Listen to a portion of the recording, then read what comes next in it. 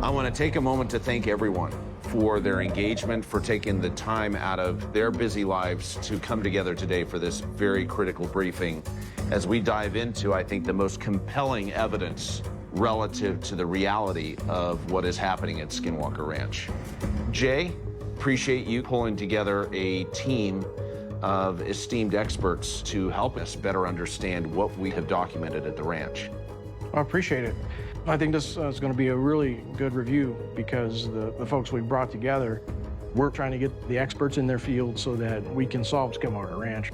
As the strangest year yet in our team's investigation on Skinwalker Ranch comes to an end, Brandon Fugel gathered us in Salt Lake City to review the results of our latest experiment and discuss all the incredible discoveries we've made.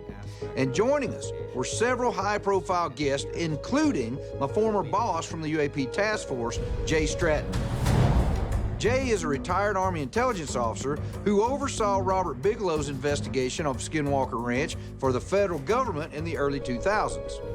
A good leader brings and surrounds themselves with the experts that can answer the questions, right? And so I brought in Dr. Eric Davis, who was part of Earth Tech and part of the original DIA UFO program.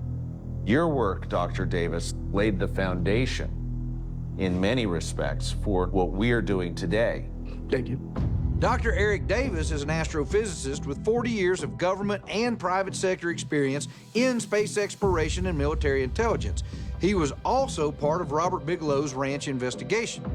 Along with him, I've got Dr. Garry Nolan, who participated through the DIA program years into the UAP Task Force.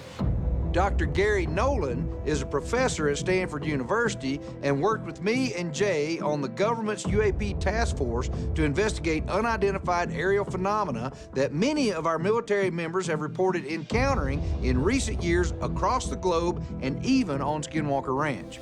And Mr. Eric Schrock, who is an aerospace expert and one of those guys I call when I need some help when it comes to advanced technologies.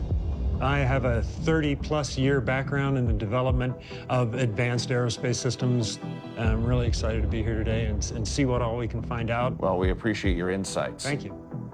You know, to have General Lord here from the Space Command side of it was, you know, it's just amazing. Thank you, Jim.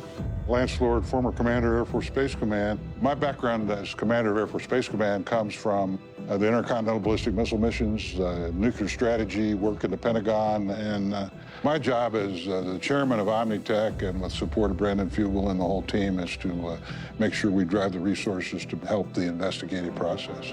So it's great to be here.